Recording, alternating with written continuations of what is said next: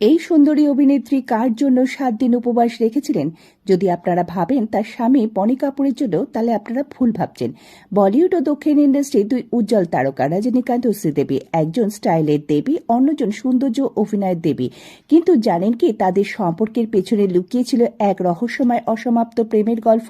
শোনা যায় রজনীকান্ত একসময় হৃদয় দিয়ে ভালোবেসেছিলেন শ্রীদেবীকে, অথচ প্রথম সিনেমায় শ্রীদেবী রজনীকান্তের সৎ মায়ের চরিত্রেই অভিনয় করেছিলেন।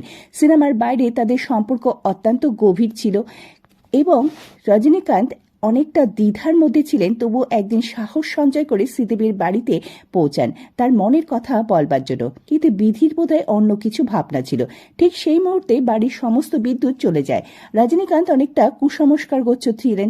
তিনি ভাবেন এটি ঈশ্বরের ইঙ্গিত মনে করে চুপচাপ বাড়ি থেকে বেরিয়ে আসেন। এরপর এই বিষয় নিয়ে কখনোই তিনি কোনো কথা বলেননি। কিন্তু 2011 সালে রজনীকান্ত রিনা ছবির শুটিং চলাকালীন গুরুতর অসুস্থ হন। তখন তাকে চেন্নাই হাসপাতালে ভর্তি করা হয় এবং পরে তাকে সিঙ্গাপুরের চিকিৎসার জন্য স্থানান্তর করা হয়। এই খবর যখন শ্রীদেবী শোনেন, তখন তিনি শিরডি সাই বাবার কাছে মানত করেন রজনীকান্তের জন্য এবং 7 দিন উপবাস রেখেছিলেন। এবং পরে তার সুস্থতার জন্য তিনি নিজে পুনেতে যান এবং শিরডি সাই বাবার মন্দিরে প্রার্থনা করেন এবং পুজো দিয়েছিলেন বলে জানা গিয়েছে।